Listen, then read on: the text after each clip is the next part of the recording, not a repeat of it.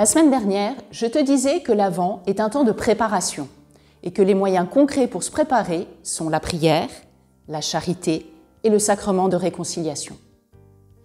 Le sacrement de réconciliation est un des 7 sacrements que sont le baptême, l'Eucharistie, la réconciliation, la confirmation, le sacrement des malades, l'ordre et le mariage. Le sacrement de réconciliation est un des 2 sacrements de guérison. Les sacrements sont 7 rencontres dans lesquelles Dieu est présent en personne et où il t'attend. Il te fait un cadeau et te conduit plus loin dans l'Église. Les sacrements sont des signes sacrés institués par le Christ à travers lesquels Dieu agit en nous. Et le plus grand des sacrements est l'Eucharistie, car Jésus se fait un avec nous, afin, comme disait saint Paul, « Ce n'est plus moi qui vis, c'est le Christ qui vit en moi ». Voilà pourquoi la messe est essentielle, vitale pour les catholiques. Mais revenons au sacrement de réconciliation. C'est un sacrement souvent mis de côté, oublié. Ce n'est pas toujours facile d'aller avouer ses fautes. À quoi ça sert, puisqu'on va recommencer? Et puis, est-ce que c'est si grave ce que j'ai fait? Tu te poses certainement plein de questions. Le Père Olivier va y répondre. Bienvenue dans le nouvel oratoire du collège et du lycée. Tu as vu? Tout a été repeint. Monsieur Sergio nous a beaucoup aidé à rénover cette grande pièce pour pouvoir recevoir les collégiens et les lycéens à la messe du mardi, chaque semaine, et puis pour les temps de prière que nous organisons durant l'année. Sache que cet oratoire est ouvert toute la journée, du matin jusqu'au soir, et que tu peux venir y prier tranquillement, calmement, pendant les récréations et pendant les temps libres. La crèche a été déposée aussi, a été installée pour nous aider à préparer Noël. L'autel a été rénové aussi, il a été agrandi. Le tabernacle, un tabernacle a été déposé aussi dans l'angle pour pouvoir accueillir le Saint-Sacrement quand Monseigneur Rouget viendra prier avec nous et installer le Seigneur dans l'établissement. Quelques collégiens sont venus me poser des questions sur le sacrement de pénitence et de réconciliation. Je vais essayer de répondre à leurs questions. La confession, c'est quoi? Qu'est-ce que la confession? Eh bien, c'est le mot générique pour parler de ce sacrement, qui est le sacrement de la pénitence et de la réconciliation. C'est un sacrement, c'est-à-dire c'est un signe sensible institué par Jésus pour nous donner sa grâce, c'est-à-dire sa vie. C'est le moyen que Jésus nous a donné pour nous réconcilier avec lui, nous aider à nous réconcilier avec les autres et avec nous-mêmes. Avec lui, parce que à chaque fois que nous commettons un péché, nous nous séparons un peu de l'amitié avec le Seigneur. Alors qu'est-ce qu'un péché? Un péché, c'est un acte mauvais, volontaire. Une action, je sais que c'est pas bien, et malgré tout, je vais le faire. C'est important d'avoir une définition claire et simple du péché pour éviter de le voir partout et puis aussi pour éviter de ne le voir nulle part et de savoir, quand je regarde mon cœur, quand je regarde ma vie, de savoir que oui, il m'arrive de commettre des actes que je sais mauvais et je le fais volontairement, donc des péchés. Donc me réconcilier avec Dieu, renouer cette amitié avec lui. Avec les autres, parce que si je vais me confesser et que je ne me réconcilie pas avec les autres, ça ne sert pas à grand-chose. Si je n'essaye pas de réparer le mal que j'ai fait, ça ne sert pas à grand-chose d'aller me confesser, ou alors ce serait trop facile.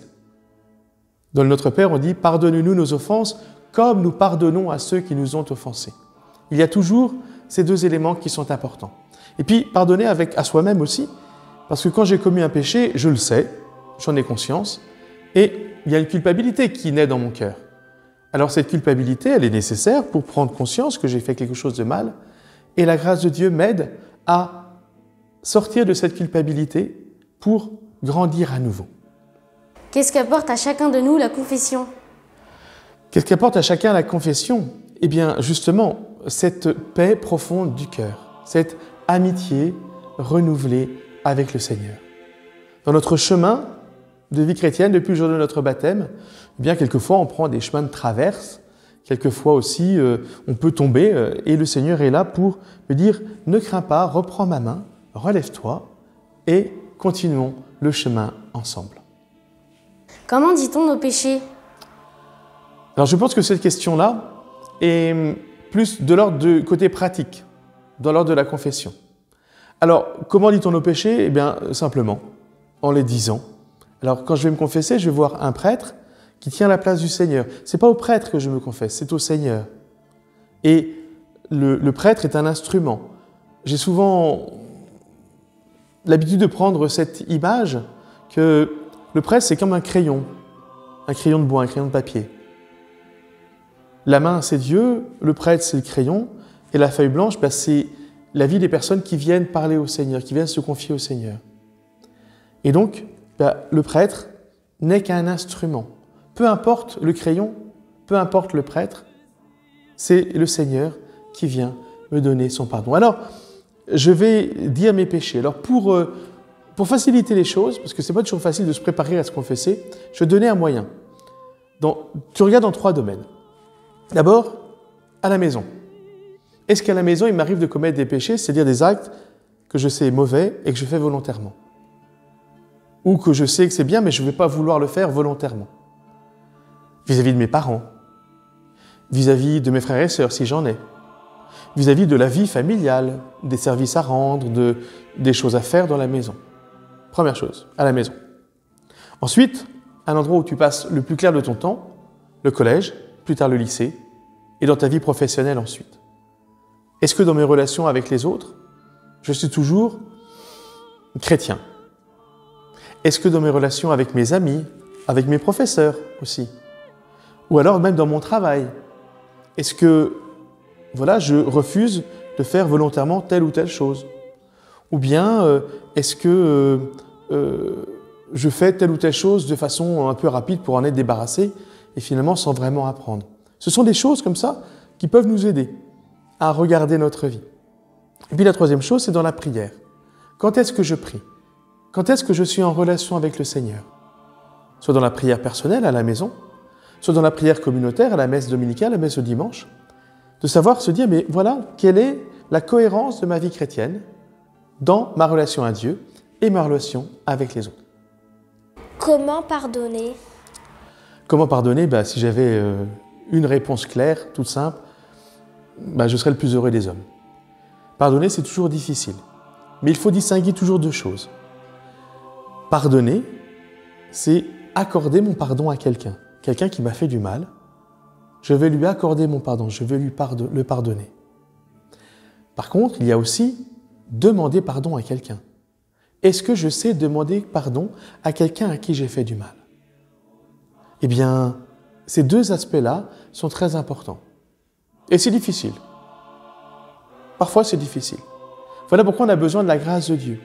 Et plus je vais recevoir le sacrement de la guérison, de la pénitence et de la réconciliation, plus je vais me confesser, plus je vais recevoir la vie de Dieu, plus il me sera facile alors de pardonner à l'autre. Le Seigneur nous le dit dans la prière de notre Père, et nous le disons tous les jours. Pardonne-nous nos offenses comme nous pardonnons à ceux qui nous ont offensés. Si Dieu me pardonne mes péchés, qui est-ce que je suis, moi, pour ne pas pardonner à ceux qui viennent me le demander?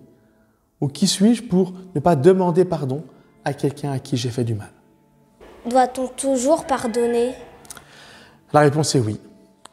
Et là encore, ce n'est pas toujours évident. Et c'est souvent difficile. Souviens-toi dans l'Évangile, quand Simon Pierre vient demander à Jésus « Jusqu'à combien de fois dois-je pardonner à mon frère qui a péché contre moi? Jusqu'à 7 fois ?» Et Jésus va répondre « Je ne te dis pas jusqu'à 7 fois, mais jusqu'à 70 fois 7 fois. » C'est-à-dire tout le temps. Sans la grâce de Dieu, c'est impossible. Donc, je t'engage, quand tu en as besoin, quand tu ressens le besoin, quand tu as conscience d'avoir commis un péché qui te met mal à l'aise, de recourir à ce sacrement. Le temps de l'Avent est un temps très propice à cela. On prépare notre cœur à recevoir le Seigneur à Noël. Donc, c'est un temps où on fait le bilan aussi de notre vie, demander pardon à Dieu, demander pardon et accorder notre pardon à ceux qui nous entourent, ceux qu'on aime, et puis arriver prêt aussi, disponible à la crèche pour accueillir le Seigneur Jésus et reprendre le chemin avec lui. Voilà quelques réponses à ces questions. Certainement, tu en as d'autres. N'hésite pas à venir me les poser, soit le mardi avant ou après la messe, soit le reste de la semaine quand on se croise dans la cour. Ne jamais rester avec une question. Pour toi, pour tes amis, peut-être que tes amis se posent des questions. N'hésite pas à venir me demander pour pouvoir à ton tour leur répondre et comme ça témoigner de ta foi et de la joie d'être chrétien. À très bientôt et puis surtout, bon temps de l'Avent. Au-delà de nos réticences, de notre difficulté à aller avouer nos péchés, même si c'est difficile, cela nous fait du bien de regarder en face et de dire ce qui pèse sur notre conscience. Ce n'est pas le prêtre à qui nous nous confessons, c'est à Jésus. Le prêtre est seulement l'instrument que Dieu utilise. Le prêtre lui prête son oreille, sa voix. Nous demandons pardon à Dieu, seul Dieu peut nous libérer de nos fautes. Jésus nous pardonnera toujours, il est d'une infinie miséricorde, à condition que nous allions lui demander pardon.